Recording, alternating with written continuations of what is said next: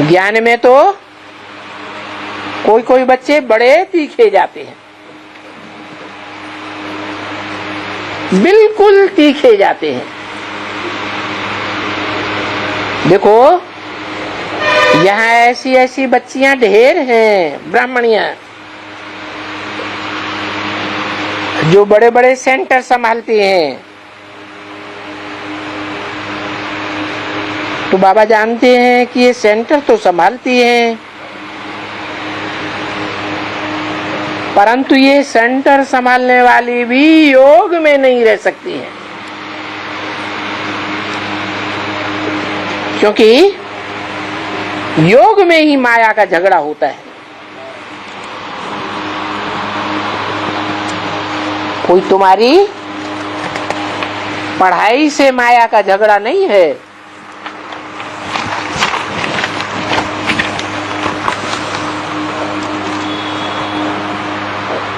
पढ़ाई तो इसकी डल बुद्धि होती है, तो फिर बेचारा नहीं पढ़ सकते हैं। किसकी श्रूढ़ बुद्धि होती है तो अच्छा ज्ञान पढ़ते हैं। तो पढ़ाई में माया कोई इंटरफियर नहीं करती है, माया इंटरफियर करती है याद में। क्यों? याद में माया क्यों इंटरफियर करती है?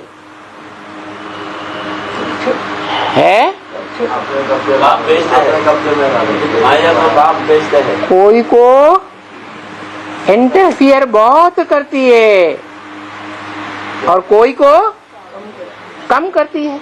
इसका क्या कारण है? क्योंकि पूर्व जन्मों में जो शिव बाबा इस सृष्टि पर सदा कायम है,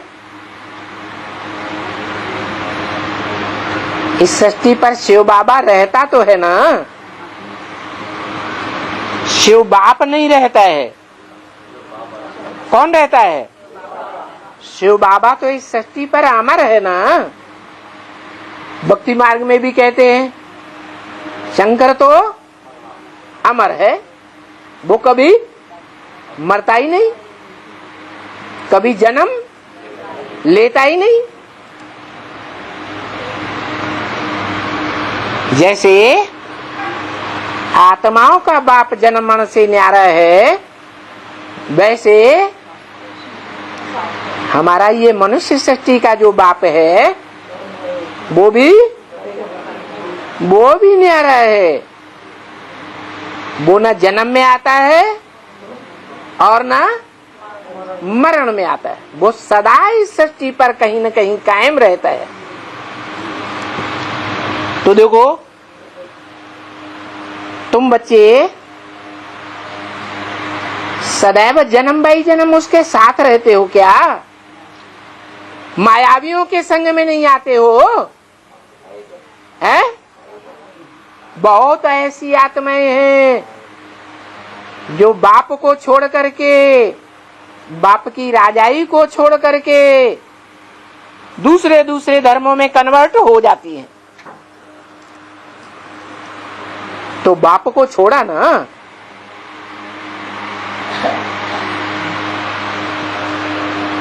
और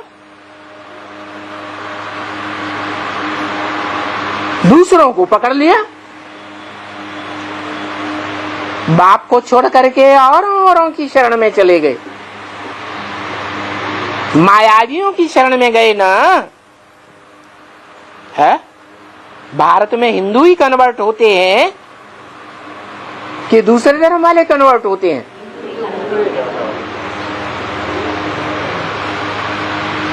तो ये गलती किसने की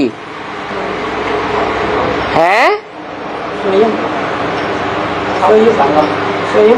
संगम युग में ही तुम बच्चे गलती करने की शूटिंग करते हो क्या? बाप की याद छोड़ करके मायावियों को, मायावी रूप स्वरूपों को, चित्रों को याद करते रहते।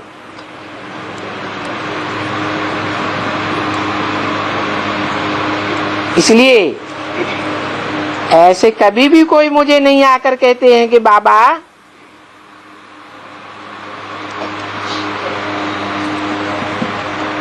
मैं बाबा को नहीं भूलता हूं। है जरूर कहीं न कहीं माया क्या करती है, बुलाती रहती है। ऐसे नहीं कहते बाबा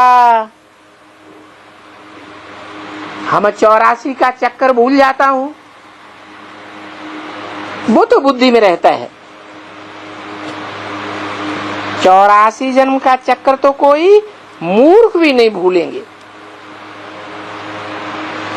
84 का चक्कर ये तो बिल्कुल ही, यहाँ सतयुग, त्रेता, द्वापर, कलयुग, इतना सतयुग में, त्रेता में इतना, द्वापर में इतना, कलयुग में इतना जन्म लिया। तो अब ये क्या सहज सहज बातें भी भूलने की है। इन बातों में भूलने की तो कोई दरकार है ही नहीं। तभी तो बाबा कहते हैं यहां जब आते हो तो बाबा तुमको समझाते हैं, ऐसे मत समझो हमारे पास जो यहाँ रहते हैं सो सदैव कोई शिव बाबा की याद में रहते होंगे। क्या जो बाबा के पास ही रहते हैं, सरेंडर होकर रहे हुए पड़े हैं, वो भी सदैव कोई बाबा की याद में नहीं रहते हैं। नहीं बच्चे, तुम्हारे में कोई अच्छे हैं जो याद में रहते हैं। क्या कहा? अब अच्छे अच्छे कितने हैं? 8 हैं। वो जो 8 सूर्यवंशी देवताएं हैं वो सदैव बाबा के साथ रहते हैं।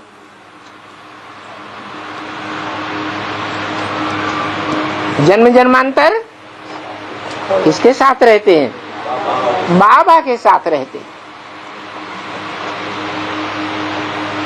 तो उनकी ये निशानी है संगम युग में कि वो जब से बाबा के पास आते हैं, जब से बाबा को पहचानते हैं, तो तन से भी बाबा के साथ रहते हैं। लौकिक संबंधियों के साथ नहीं रह सकते। धन से भी बाबा के साथ और मन से भी बाबा की याद में, बाबा के ईश्वरीय कार्य में रहते हैं।